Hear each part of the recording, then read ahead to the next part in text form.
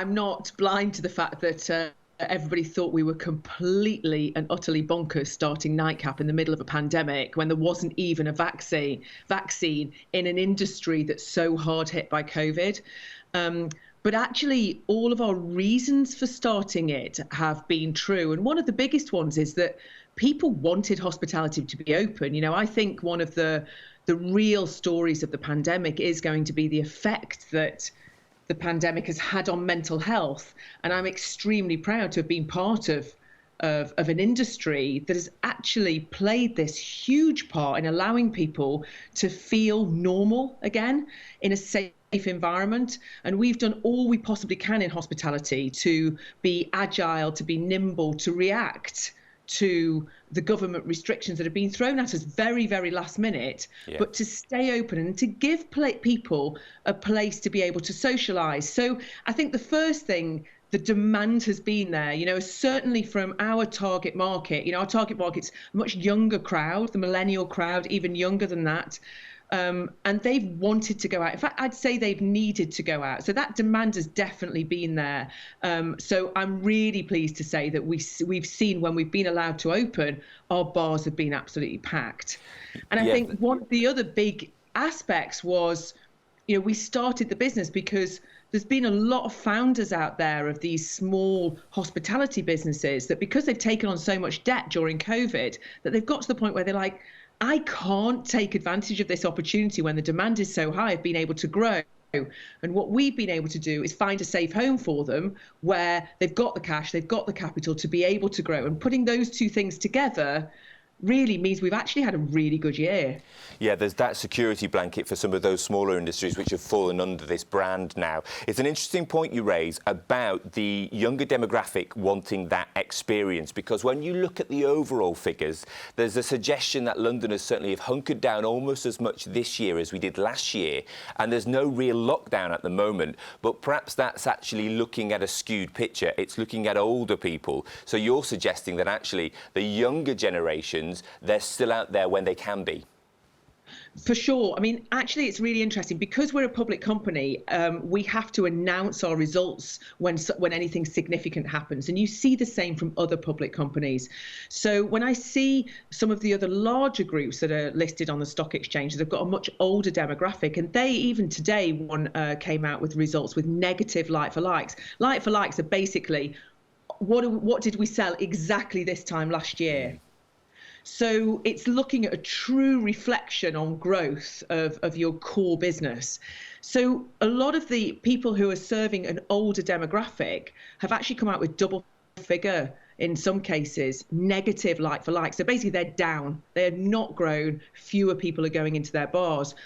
Our figures are, well into the 20s of positive like-for-like growth. And I think that's because this younger demographic has said, I'm okay with this. I need to go out. And actually, I think that's where the mental health impact has been extremely strong in the younger demographic. And they're saying, we need to get out. So we've for sure seen our bars be packed by that younger generation.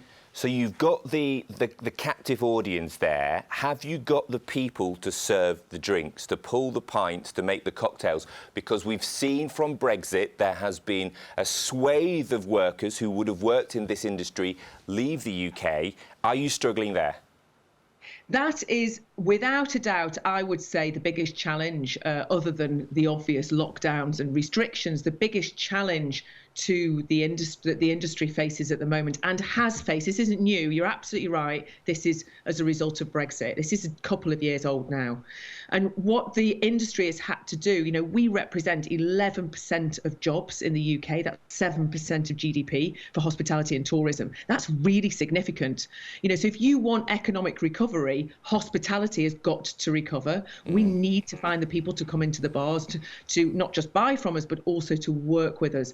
And I think as an industry, one of the things that we've really focused on, really big picture, is encouraging people into hospitality, actually as a career. I started when I was 11 years old, and now we've got this great business that's worth nearly £40 million today. and we started it a year ago. And I started at 11. You can have a career in this industry. It is the coolest industry to work in, the greatest people, the most fun you're going to have. And I think historically, a lot of people saw it as just, well, I'll just do it as a part-time thing while I'm at uni. Is it really a career? And what's really nice when businesses, not just like ours, there's a lot of big growth businesses out there where you can see a real career progression. They've got award-winning training programs where you can actually see, okay, not only am I going to learn a craft like mixology, I'm going to be trained here, but also I'm then going to go on to learn about bar management, about running an entire little business. And I think when people see that and they see the benefits of going through a career path within hospitality, it makes it more attractive.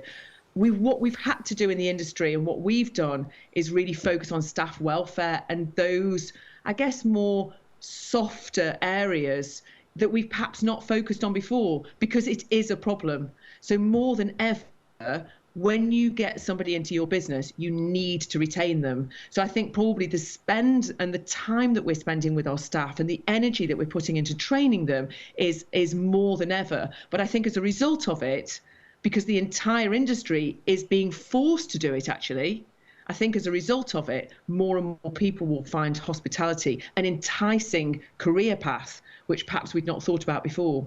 Yeah, I mean, there will be many within this industry who say actually the government can do lots and lots of things to make it more of an exciting place for people to consider a career.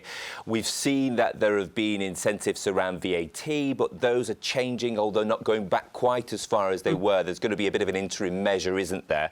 If we were to keep levels of VAT at that interim measure, would bar owners say, I'll tell you what, I won't cream that profit. I'll pay my staff more to make this an industry which is actually going to keep people in it? So firstly, bottom line is you've got to be able to make a profit out of your business. That's really, really important. And what happened, for example, during the 2 weeks before Christmas was the 2 weeks that so many people, and you'll find so many independent operators within hospitality would have been relying on that to actually recover some of the losses from the last couple of years. So anything that the government can do now and maintaining that 12.5% past the end of March would be an amazing win for the hospitality industry and actually help just to, as I said, just to recover some of the losses that we've seen going backwards. Now, we need to invest in our staff. We need to invest in our people. We are ultimately a people business. And I think wherever we can get help in that area, our businesses can stay open. They will survive. And our staff will have employment and we will continue to invest in them. So I think any help that we can get and a continuation of the 12.5%.